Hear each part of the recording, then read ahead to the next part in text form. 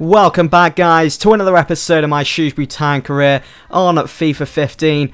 You know, we haven't been doing too bad lately. Shrewsbury Town, third in the league, 5 games in. I know it's still early days, but it's a start. And the team received an extra boost as well after James Collins sent me this email saying that he was okay to play. He's cleared himself, fit for the game. He has returned from injury after being out for a couple of weeks now. Obviously, that wasn't the start to the campaign that Collins wanted, but it was only for a couple of weeks, and we're going to be playing this game for 9 months in-game, right? I'm not one for dropping a player in at the deep end as soon as they've got back from injury, so he started this game against Northampton on the bench, and he was always there for me to call upon if need be, whether James Wilson had a bad game or the same goes for Akper as well. So this game against Northampton, crucial as always. Every game this season is going to be crucial with 3 points being on the line. But we threw away so many chances. There was a good chance there for Akper as well, as he had a shot on target. Good save by the keeper. Northampton had their fair share of chances as well. And to be fair, at times I thought, you know, Northampton, they're going to get their nose in front here if I'm not careful. They did come close numerous times to getting a goal or two. I did want to try and push for a goal before half-time and just change the landscape of it altogether. Maybe change the team talk at half-time for the opposition. Did swing in across there from Rangel, even though I was put under immense pressure by those two defenders. And look at that, I even received another trophy. I'm just picking up trophies for days at the moment in this career mode. Had a great opportunity in the second half here with Knight Receive on my left back. Horrible first touch, but he still managed to keep it under control. It was just a shame that it went slightly wide. And in the 86th minute, it was coming. It was inevitable. Northampton made it 1-0, and that would prove to be the winner. So it'd be Northampton coming away with maximum points in this game. Very unfortunate, as I thought, you know, at least we could have got a solid point from this game, but we just couldn't hold on to it. And after that result, we dropped down to 10th. Again, you know, it's so open. As I mentioned at the start of this video, we're 5 games in, we're in 3rd, but yet losing a game pushes us down to 10th. But I can't afford to keep looking back on results that didn't go our way at such an early stage in the season. Our next game would be against Cambridge United at home, so that's an extra bonus. And as you just saw on the league table there, they're down in 15th, they're 4 points behind us, so it was kind of a crucial game. Didn't want to lose it, certainly didn't want to draw it. A win was a must, and I pretty much went with the same sort of team. You know, Rangel was in there, so was Josh Vela and Wes Lewoski and Grealish. I did give Collins a chance though. I replaced him with Akper, who was looking a bit tired after that game against Northampton, so he started the game on the bench. Whereas Collins, I thought, you know, seeing that he's come back from injury, he needs to start getting some match experience again and start bringing up his fitness. Just 6 minutes into the game, Wilson could have made it 1-0 to Shrewsbury Town, but it just went begging, it went way over. And, yeah, you know, it's beautifully set up. He wasn't even surrounded by any of the opposition. He had time. And the same goes for Collins there as well. We just didn't have our shooting boots on in this game against Cambridge. So unfortunate. And, you know, it could have easily been 1-0 there to Cambridge. But thankfully, there were just bodies flying all over the place, just keeping the ball out the back of the net. Cambridge kept piling on the pressure though, and you could see them weaving in and out, Chadwick getting involved. Champion and Dunk had a nice little exchange, a nice little 1-2, leaving Champion wide open outside the area, as you can see. Disappointed that he went totally unmarked. He fed the ball through to Chadwick, and he couldn't even get the job done. It was a terrible shot. I got a little laugh out of it as well whilst playing the game. There was just no power behind the ball whatsoever.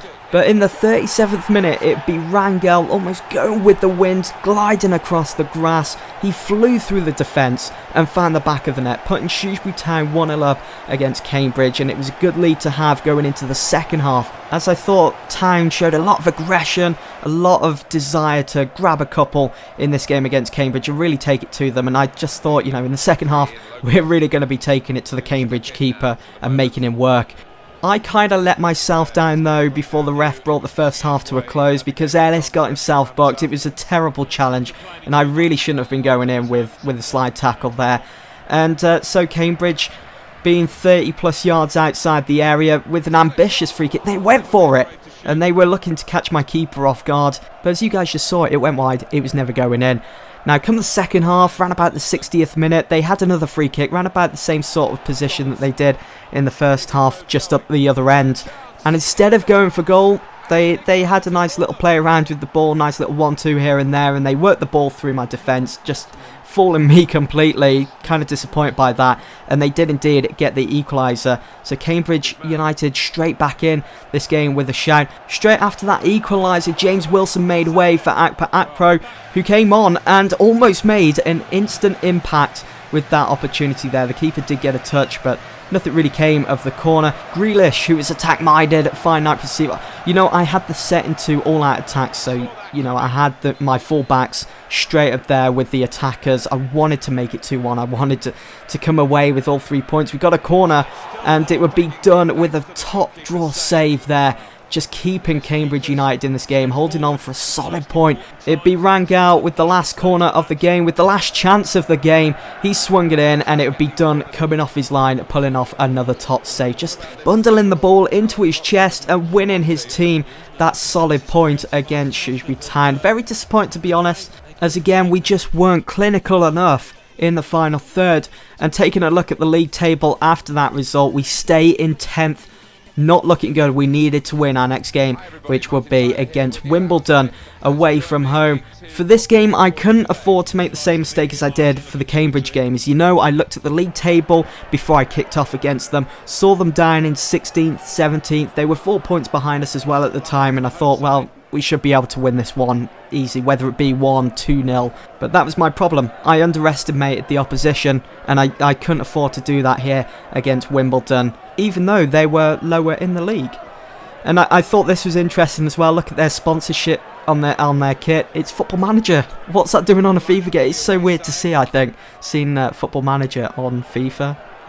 Anyway, so this is what my lineup looked like. I had Collins and Akpert starting up front as the invisible cameraman walked past. I decided to drop James Wilson for this game, as I thought, you know, he hasn't really scored a goal yet. He hasn't really had that many chances, hasn't really proven much to me at the moment. So I thought I'd give Collins another run around for Shrewsbury Town. But it would be new signing from the summer, Dele Alli from MK Dons, that would get the opening goal just under 10 minutes gone. And it was nicely done. It was Collins that set it up for him, and he pulled the ball back, fooling the defender and just slotting that into the top right-hand corner. There was no time to waste though in this game. I needed to make it 2-0. I couldn't be sitting around and just holding on to a 1-0 lead like I've seemed to have been doing over the last couple of fixtures. So Grealish, as you saw, a brilliant run there, put under pressure by two defenders again. It's almost as if they know what he's up to. Got a corner out of it. Nothing came of it first time. Rangel stepped up to take the second corner. This time I decided to give it to Grealish and get Rangel in the area on the right-hand side of the pitch. The ball reached Akpro, who controlled it fantastically, bringing it from the side to in front of him. And he just slipped and messed it all up completely, hitting the woodwork in the process. But what a goal it would have been if it had gone into the roof of the net.